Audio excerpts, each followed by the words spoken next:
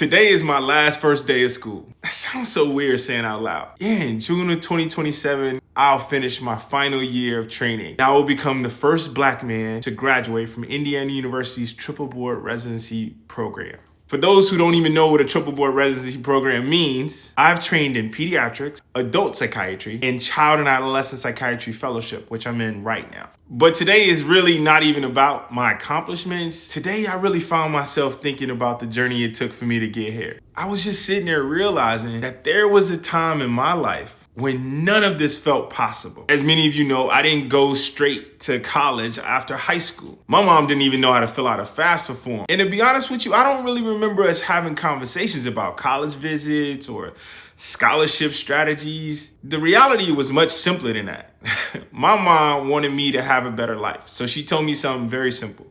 You're gonna get out of my house and you're gonna figure out how to build a better life. And as they always say, mama knows best. My mama was absolutely right. She sent me on this path into the United States Navy, for which I'm always grateful for. I spent 5 years on active duty, and as I deployed, I grew up, I learned discipline, I learned responsibility. And somewhere during that time, my wife and I started dreaming about a life that could look a little bit different. Maybe even me going back to school, which I was terrified by because the Navy felt safe and I was accomplishing so much. I became a second-class petty officer within my first 3 years. But nevertheless, my wife wanted me to have a safer job, and that was the bottom line. So eventually, I applied to Southern University.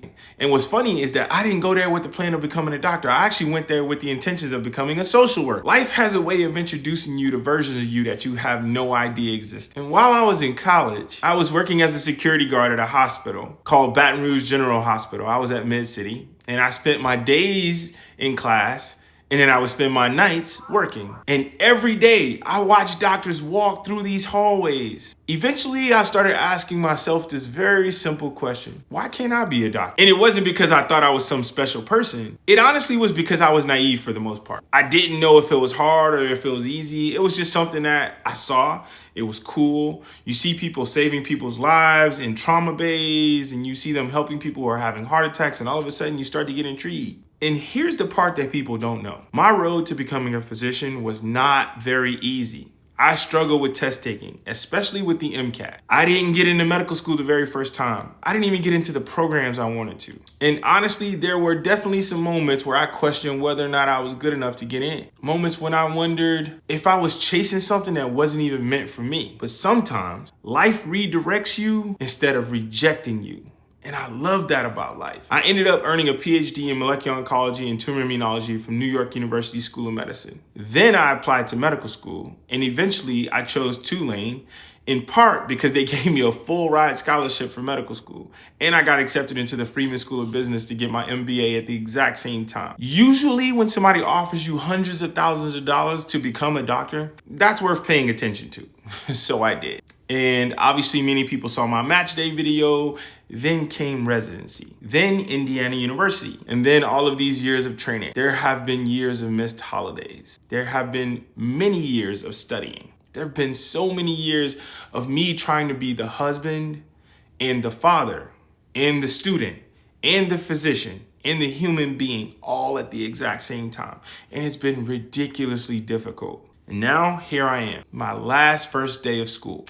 The funny thing is that when people look at my story, they often see all of these degrees, an MD, a PhD, an MBA, and they see all these titles. He's a pediatrician, a psychiatrist, a training child and adolescent psychiatrist, and all of these amazing accomplishments. What I think is far more interesting is everything in between that. And so I want to spend the next few months talking about how my wife and I survived financially, the arguments we had to figure out, the sacrifices we absolutely had to make, the moments we almost gave up. And I also want to talk about the people who believed in us. There are also miracles that we still can't fully explain. So over the next few months, I want to tell you some of those stories because I think they're worth sharing.